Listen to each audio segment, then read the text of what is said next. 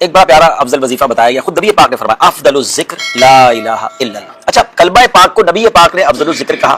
اگر میں اس وقت دنیا میں ہو سکتا ہے لاکھوں کروڑوں لوگ ہمیں سن رہے ہوں، میں آپ سے سوال کروں کہ کون کون یہ چاہتا ہے کہ مرتے وقت مجھے کلمہ نصیب ہو؟ تو شاید دنیا میں کوئی مسلمان ایسا نہیں ہو جو کہ میں نہیں چاہتا۔ میں مسجد میں کبھی کبھی بیان میں کہتا ہوں، سارے لوگ ہاتھ اٹھاتے ہیں، بڑے شوق سے اٹھاتے ہیں، اور واقعی اچھی بات ہے، تمنا ہے کہ دعا کرتے ہیں اللہ مرتے وقت کلمہ نصیب کرنا۔ وہ بھی ایک حدیث پاک میں جو بشارت ہے نا کہ جس کا آخری کلام لا الہ الا اللہ ہوگا وہ جنت میں جائے گا، تو سبحان اللہ۔ لیکن پھر ساتھ ایک اور سوال کیا کرتا ہوں جو آج میں سارے ناظرین سے کر لیتا ہوں کہ یہ بتائیے آج پورے دن میں کتنی بار کلمہ پاک پڑھا ہے؟ پورے ہفتے میں کتنی بار پڑھا ہے؟ ایک مہینہ ہو گیا اس میں بتاتے کتنی بار پڑھا ہے؟ یعنی حال یہ ہے کہ مرتے وقت سب کو کلمہ چاہیے، زندگی میں پڑھنے کے لیے تیار نہیں ہے۔ بھائی روز کلمہ پاک کی کچھ تو عادت بنائے نا، افضل الذکر کہا گیا۔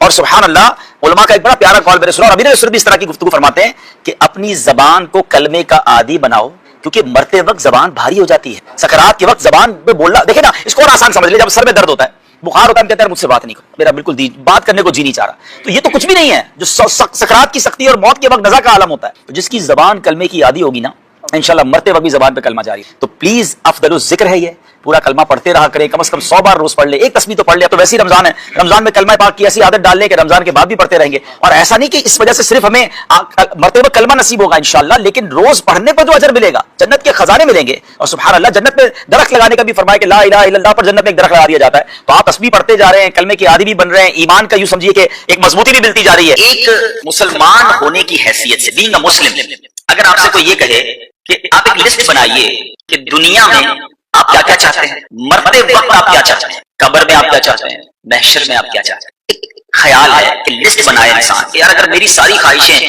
جو دنیا کی، مرتے وقت کی، آخرت کی ہوں تو وہ کیا ہوں، وہ ذہن میں رکھیے گا۔ اب میں آپ کو بہت ساری حدیثوں سے ایکسٹریکٹ کر کے ایک خوبصورت سا نچوڑ پیش کرتا ہوں۔ نبی پاک علیہ السلام کے فرمان کے مطابق آپ بیماری سے شفا چاہتے ہیں، آپ درود پاک پڑھیے۔ آپ روزی میں برکت چاہتے ہیں، آپ درود پاک پڑھیے۔ آپ قرضے میں ہیں اور قرضے سے نکلنا چاہتے ہیں، آپ درود پاک پڑھیے۔ آپ ٹینشن فری لائف گزارنا چاہتے ہیں، آپ درود پاک پڑھیے۔ آپ دنیا میں عزت چاہتے ہیں، آپ درود پاک پڑھیے۔ آپ دنیا کی ذلت اور رسوائی سے بچنا چاہتے ہیں، آپ درود پاک پڑھیے۔ سنیے، مرتے وقت کلمہ پڑھنا چاہتے ہیں اور جاتے جاتے میرے آقا علیہ السلام کا دیدار کرنا چاہتے ہیں تو درود پاک پڑھیے۔ قبر میں منکر نکیرین کے سوالات پہ ثابت قدمی چاہتے ہیں، درود پاک پڑھیے۔ محشر کے دن نبی پاک کے ہاتھوں جام کوثر چاہتے ہیں، درود پاک پڑھیے۔ پل صراط سے خیر سے گزرنا چاہتے ہیں، درود پاک پڑھیے۔ اور جنت میں آقا کے ساتھ جانا چاہتے ہیں، درود پاک پڑھیے۔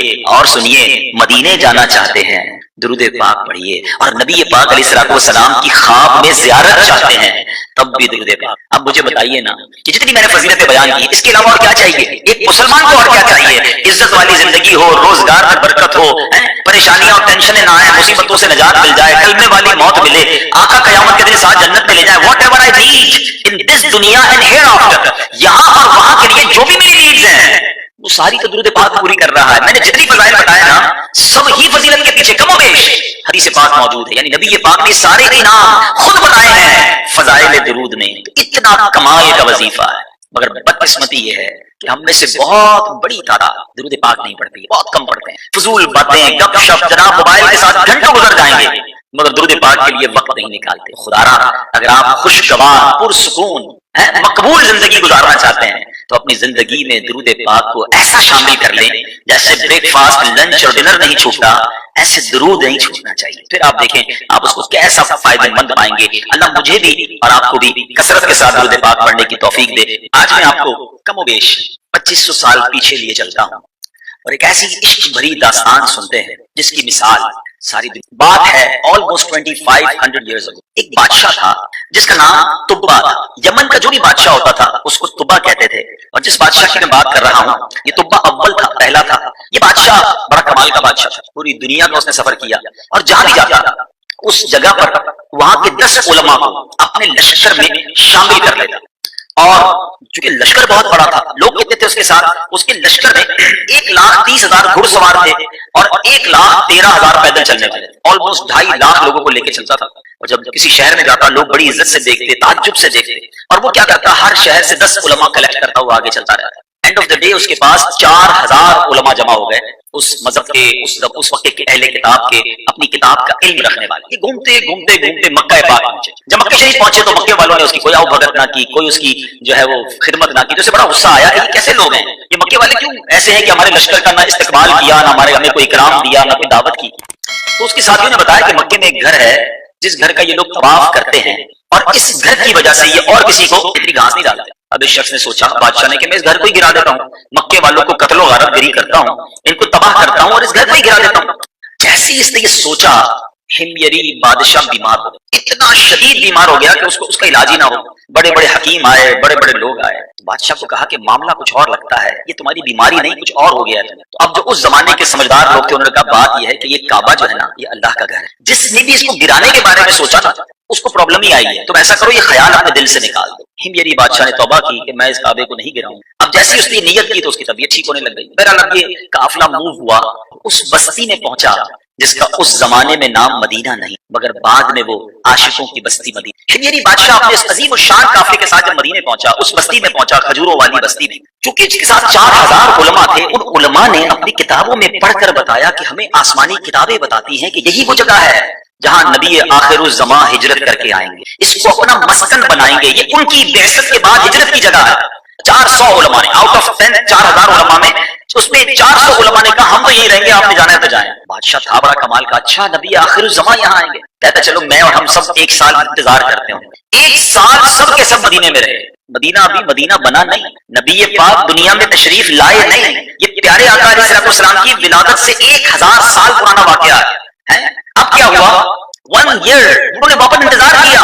جب دیکھا کہ نبی آخر الزمان تشریف نہیں لائے تو بادشاہ نے کیا کیا، 400 علماء کے گھر بنائے، ان 400 علماء کو سامان دیا، ان کی شادی کروائی، اور ایک اور خوبصورت گھر بھی بنایا اور ایک لیٹر لکھا. اللہ اکبر. ذرا دیکھیں یہ اس کے لیے خط لکھا جا رہا ہے جو کہ بظاہر دنیا میں نہیں آئے ہیں. نبی پاک کے لیے اس بادشاہ نے خط کیا لکھا جس کا مضمون یہ ہے، طبہ اول کی طرف سے نبی آخر الزمان کی خدمت میں یہ خط ہے، حضور اگر میں آپ کا زمانہ پاؤں گا آپ کا خادم بنوں گا، آپ پر میں ابھی سے ایمان لاتا ہوں، کاش میں آپ کا زمانہ پاؤں آپ کا خدمت گار بنوں. حضور اگر میں آپ کا زمانہ نہ پاؤں تو بروز قیامت مجھے بھول نہ جائیے گا. اللہ اکبر. یہ خط اس نے ان 400 علماء میں سے جو سب سے بڑے عالم دین تھے ان کو دیا. کہا دیکھو جب آپ کا آخری وقت آئے آپ اپنی اولاد کو دے دینا، اس کو بھی وصیت کرنا، اگر وہ بھی نبی پاک کا زمانہ نہ پائیں تو اگلے اپنی اولاد کو دے دینا. میرے پیچھے اسلامی بھائیوں یہ 400 علماء وہاں بس گئے. آپ جانتے یہ انصار صحابہ جو تھے نا مدینہ پاک میں، جن لوگوں نے نبی پاک کو ویلکم کیا تھا مکے سے تکلیف کے بعد جب صحابہ کرام اور میرے آقا نے ہجرت کی تھی، جن لوگوں نے میرے آقا کے لیے اپنے گھر کے دروازے کھول دیے، علماء بتاتے ہیں یہ انہی 400 علماء کی اولاد ہے. یہ انصار صحابہ وہ بنے. سبحان اللہ. یہ خط ایک کے بعد ایک کے پاس ڈائیورٹ ہوتا گیا. اب وہ وقت آ گیا جب مدینے والوں کو پتا چل گیا کہ مکے میں نبی پاک تشریف لے آئے ہیں. اب انہوں نے مشورہ کیا ان انصاریوں نے کہ ایسا کرتے ہیں یہ خط جو ہمیں طبہ اول بادشاہ نے تقریباً 1000 سال پہلے دیا تھا اب کسی وفد کو بھیجتے ہیں جو جائے اور نبی پاک علیہ السلام کو یہ ان کا خط دے کر آ جائے. اب یہ خط لے کر ابو لیلہ اس زمانے میں جو شخص تھا اس کو بھیجا گیا. سبحان اللہ. ذرا الفاظ سنیے گا. ابو لیلہ جو ہے وہ نبی پاک علیہ السلام کی بارگاہ میں پہنچتا ہے. نبی پاک بنو سلیم کے قبیلے میں تشریف فرما تھے. جیسے ابو لیلہ نبی پاک کے قریب پہنچا میرے آقا فرماتے انتا ابو لیلہ. تو ابو لیلہ وہ حیران ہو گیا کہ میں نے تو ابھی تعارف ہی نہیں کرایا، یہ کیسے ہیں؟ کتنی کمال کی شخصیت ہے کہ میرے تعارف کرانے سے پہلے نبی پاک نے فرمایا کہ تم ابو لیلہ ہو. وہ کہتا ہے جی حضور میں ہی ابو لیلہ ہوں. نبی پاک فرماتے ہیں ومعک کا کتاب طبع الاول، تمہارے پاس طبع اول کا ایک مکتوب موجود ہے جو میرے لیے تمہارے پاس ہے. اللہ اکبر. ابو لیلہ اور حیران ہو گئے. 1000 سال پہلے وہ خط لکھا گیا ہے اور نبی پاک میرا نام بھی بتا رہے ہیں، اس شخص کا نام بھی بتا رہے ہیں. اب جب خط آ گیا میرے آقا علیہ السلام نے صحابہ کی مجلس میں صدیق اکبر رضی اللہ تعالیٰ عنہ سے کہا اے ابو بکر ذرا سب کو یہ خط پڑھ کر سناؤ. صحابہ کی مجلس میں وہ خط پڑھا گیا. وہ عشق بھرا خط کہ حضور میں آپ کا غلام، میں آپ کا زمانہ پاتا تو آپ کا خادم بنتا، مگر حضور میں دنیا میں نہ رہوں تو مجھے قیامت کے دن بھول کر نہ جانا. اللہ اکبر. سنو میرے آقا علیہ السلام نے کیا فرمایا. فرماتے ہیں مرحبا بالاخ الصالح. 3 بار فرمایا میرے آقا نے کہ نیک بھائی کو خوش آمدید، نیک بھائی کو خوش آمدید. نبی پاک علیہ السلام نے اب ابو لیلہ انصاری کو مدینے واپس لوٹا دیا. اے میرے پیچھے اسلامی بھائیوں اب ہجرت کی گھڑی آئی.